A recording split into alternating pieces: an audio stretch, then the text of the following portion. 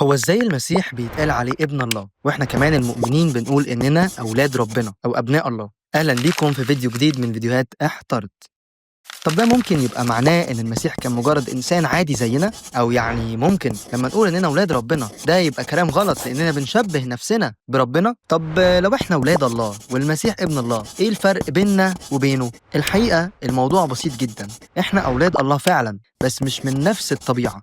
احنا اولاد الله بالتبني. يعني ايه بقى اولاد الله بالتبني؟ زي اي اب وام قرروا يتبنوا طفل ويقدموا له كل الحب اللي محتاجه والرعاية، بس ده مش معناه انه بقى ابنهم من نفس الدم. كذلك احنا كاولاد الله بالتبني، الله ادانا كل الحب والرعاية والاهتمام، بس ده مش معناه اننا من نفس الطبيعة بتاعته. اما المسيح فهو من نفس طبيعة الله فعلا. المسيح خارج من الله الاب، واحد بلاهوته، زي شعاع الشمس وهو جزء لا يتجزأ من الشمس، حاجة واحدة. لكن اللي بنشوفه هنا وبيوصل لنا هو الشعاع مش الشمس. بس نقدر نقول انه شعاع الشمس حاجة والشمس حاجة تانية لوحدها؟ لا طبعا ما نقدرش. الله لا نراه قط، ولكن المسيح اللي خارج من الاب هو اللي خبر وعرفنا طريق الاب. ابن الله صفة انتماء مش ولادة جسدية. في انجيل يوحنا في الاصحاح الخامس عدد 18 نقول: فمن اجل هذا كان اليهود يطلبون اكثر ان يقتلوه، لانه لم ينقض السبت فقط، بل قال ايضا ان الله ابوه معادلا نفسه بالله. اليهود كانوا عارفين الفرق كويس بين انهم اولاد الله وبين ابن الله اللي كان المسيح بيقولها،